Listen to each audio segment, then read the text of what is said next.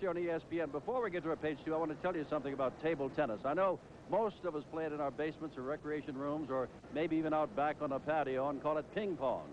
But I was in Czechoslovakia one year, 8 or 10 years ago, and they had the World Championships there.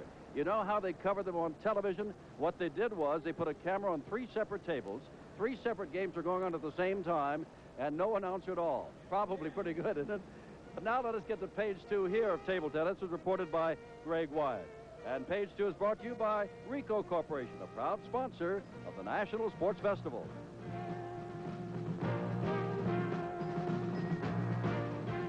Table tennis is second only to soccer in worldwide popularity for a participant sport. The Chinese have dominated table tennis since the inception of international play. Sweden, Poland, Hungary, and Japan round out the top 5. But there is hope for the United States as the sports festival features some of America's best. What would happen if this National Sports Festival tournament was staged in China? We wouldn't be playing it here. We'd probably have to have the Coliseum. An event of this caliber, 20, 30,000 spectators would be expected. Louisville, Kentucky's John Allen, a junior at Northeastern University, wanted to learn the sport from the masters, but he had to go to Japan to do it back in 1981.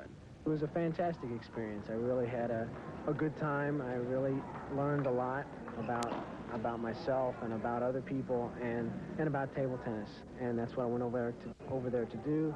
And I really enjoyed it, and they really taught me a lot about discipline and just table tennis.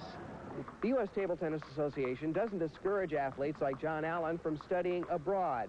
But thanks to funds generated by the Olympic Games are now encouraging folks to come to Colorado Springs and train at their headquarters. I think it's great that they'll have this program because it'll help younger players to improve themselves and also for them to get away from home and to be able to take responsibility. The school at Colorado Springs, they help the athletes out, and I think it'll help my school studies. National Sports Festival medalists Lisa and Diana G. plan to call a USOC's training center home for the next year or 2. Their goal is to win a medal in 1988 when table tennis becomes an Olympic sport. I'm Greg Wyatt at the Centroplex.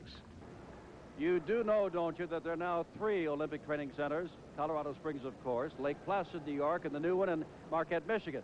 But did you know how many tournament table tennis players there are in the world?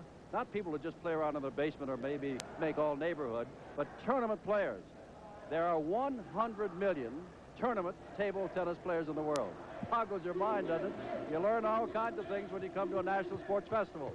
Our coverage will begin on this Monday night from Baton Rouge in just a moment.